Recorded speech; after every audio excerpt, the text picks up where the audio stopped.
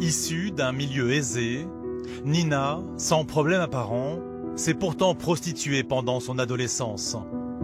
Une descente aux enfers qu'elle raconte dans un livre « Papa vient me chercher ». Un témoignage bouleversant et rare qu'elle a choisi de médiatiser en protégeant son identité. À chaque homme qui a pu me toucher, cet homme est parti avec un bout de moi. Et c'est véridique, c'est-à-dire que chaque homme que j'ai pu voir me brisait de plus en plus. Et notre corps, il n'est pas à vendre. Notre corps, il nous appartient et on mérite d'être aimé, on mérite d'être chéri par quelqu'un qui nous aime pour ce qu'on est et pas pour ce qu'on représente, pour un bout de viande, pour notre jeunesse. Et même si, ouais, ça rapporte, même si on peut avoir beaucoup d'argent avec ça, l'argent, il fait pas tout. L'argent, il n'achète pas le bonheur. Il n'achète pas... J'ai jamais été aussi seule que quand j'avais de l'argent. Je ne me suis jamais sentie aussi triste que quand j'avais de l'argent. Son père, Thierry, est chef d'entreprise, marié depuis 20 ans. Une famille de 3 enfants dans laquelle personne n'a vu le drame qui allait frapper l'aîné. C'est l'enfant parfaite. C'est, j'allais dire... petite fille débrouillarde, très intelligente, elle a sa place dans la famille, elle a de très bons résultats scolaires. Pas de problème, tout va bien. Ce que les parents ignorent, c'est qu'au sein de son école, leur fille Nina est la tête de turc d'une petite bande. J'ai été harcelée dès la 6e par un groupe de, entre guillemets, populaires du lycée qui aimait bien me dénigrer sur mon physique et sur mon poids, enfin sur plein de choses. Et du coup, j'ai passé quand même 2 ans où j'étais très souvent seule. Donc cette solitude s'est renforcée avec ce harcèlement. En classe de 3e, les résultats scolaires de Nina dégringolent. La jeune ado sèche les cours, fume de cannabis et déserte le cocon familial. C'était au départ des mensonges sur ce qu'elle faisait le mercredi après-midi. Puis après, c'est au lieu de rentrer à 18h, elle rentrait à 19h, puis après 20h. Voilà. Puis un jour, elle est rentrée, elle n'est pas rentrée du tout, de la nuit. Et ça a été la première fugue. C'est lors de ces escapades que Nina va tomber dans le piège. J'étais en fugue depuis quelques jours et j'avais cette tendance à beaucoup claquer avec mon argent. Et donc au bout d'un moment, j'ai envoyé un message à mon dealer qui me fournissait, parce que je fumais aussi occasionnellement, ça commençait à devenir quotidien. Et j'ai envoyé un message à ce dealer qui me fournissait souvent et je lui ai dit j'ai besoin d'argent, est-ce que tu peux m'aider ou me proposer quelque chose? Et puis il m'a dit à part faire la tapin, je vois pas ce que tu peux faire d'autre. Y a que ça que je vois pour toi. Le tapin, je savais pas ce que c'était. Je lui dis, tu peux m'en parler un peu plus? Et il m'a dit, viens demain soir et on en parlera avec mon associé. Et le lendemain, j'y suis allée et j'ai dû coucher avec les deux, lui et son associé, pour, selon eux, tester la marchandise. C'est un mot qui revient beaucoup parce que c'est quelque chose qui m'a marqué. C'est la première fois que j'ai eu ce sentiment d'être considérée comme un objet, une marchandise. À l'époque, j'avais 14 ans.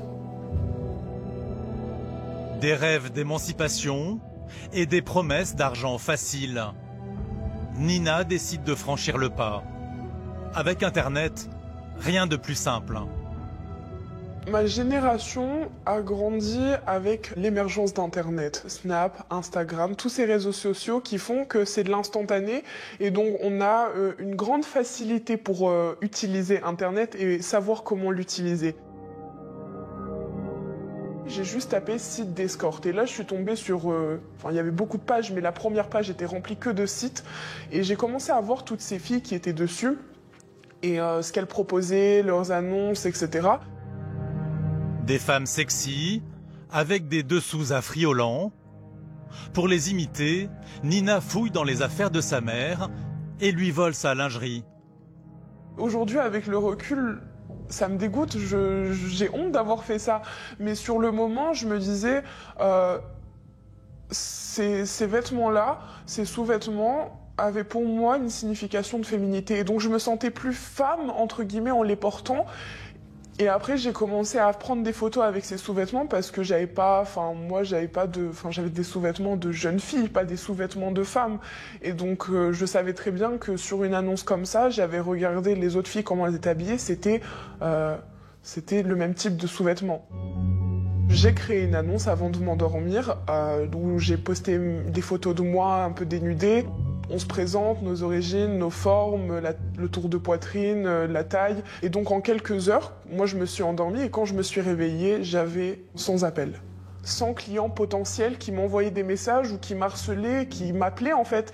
Et donc le temps que je réponde, j'avais même pas le temps de répondre à un message que déjà 3 autres numéros étaient en train de m'appeler. Et donc j'ai pas pu répondre à tout le monde, mais c'était énorme. Je pensais pas qu'il y avait autant de demandes pour ça. Son dealer, Amir, devient alors son proxénète. À partir de ce moment-là, il m'a mis en relation, donc il m'a acheté un nouveau téléphone, il a fait énormément de courses, il a pris soin de moi, entre guillemets, comme si j'étais son petit bijou.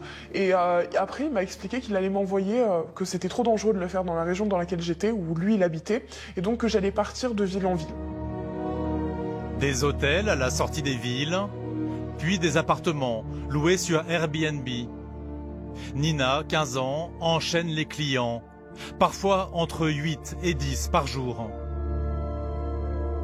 J'ai réussi à quand même avoir beaucoup d'argent, à fréquenter beaucoup de clients. Lui, Amir, il venait pas souvent me voir. Donc moi, j'étais entre guillemets indépendante, même si je lui devais de l'argent, même si je devais lui donner son pourcentage.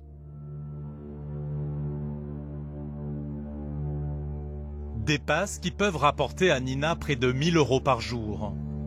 La moitié atterrit dans la poche de son souteneur. De son côté, la famille de Nina ignore tout, fou d'inquiétude pour leur adolescente qui ne leur donne des nouvelles que très rarement. On n'arrivait plus à communiquer avec elle, donc on est allé frapper de nous-mêmes à la porte des services sociaux. Et en expliquant le contexte, les mensonges, les absences. Et puis comme dans tous les éléments, en fait, on fait un peu le point sur la situation de ce que l'on vit avec Nina. Et donc, mon épouse, je me suis dit, bah oui, en plus, elle me ment, elle m'emprunte mes sous-vêtements. Et là, il y a un tic de la part de cette dame qui dit, mais est-ce que vous ne pensez pas qu'elle pourrait éventuellement se prostituer ?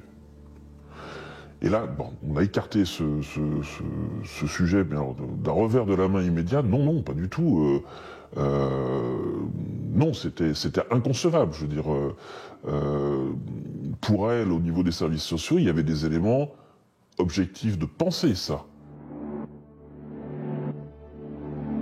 En recherchant des informations sur l'abonnement téléphonique de leur fille en fugue, qui était encore à leur nom, les parents découvrent la vérité. Insoupçonnable. Un petit moteur de recherche classique, on l'a tapé et là on tombe directement sur les annonces. Et on reconnaît immédiatement, c'est des annonces d'escorte sur des sites spécialisés. Et là on tombe effectivement sur les photos et on reconnaît notre fille. Et on reconnaît de la lingerie, puisque c'est celle de mon épouse. La première des choses, c'est que je suis descendu, je suis allé dans le jardin. Je me suis allumé une cigarette et puis là il y a une émotion énorme qui arrive et en pleurs quoi. Et au bout de quelques minutes, je suis remonté dans la chambre. Elle était dans le même état que moi. Et là on a dit ok, on va la sortir de là. On n'a jamais cherché avec sa maman, à imaginer ou mettre, j'allais dire, une image sur ce qu'elle pouvait être en train de faire réellement dans ses rencontres. Il ne faut pas rentrer là-dedans. Parce que si on imagine effectivement sa gamine de 15 ans et demi en train de faire des passes avec des personnes, c'est trop sordide à porter, c'est trop lourd à porter. Donc ça, on a évacué ça de notre tête. On a dit, ok, on sait qu'elle se prostitue, mais on veut pas en savoir plus. On veut pas avoir les détails. Il faudra toute la persévérance de ses parents pour parvenir, après de multiples tentatives, à arracher Nina à l'enfer de la prostitution. Une errance qui aura duré 2 ans. J'ai mis énormément de temps avant que le mot prostituée sorte de ma bouche. Parce que pour moi, c'était dégradant, c'était péjoratif et c'était je suis réduite à moins que rien. Et même si escorte veut dire exactement la même chose, on a le sentiment, quand on est dans ça et quand on est jeune femme, que escorte, c'est plus glamour.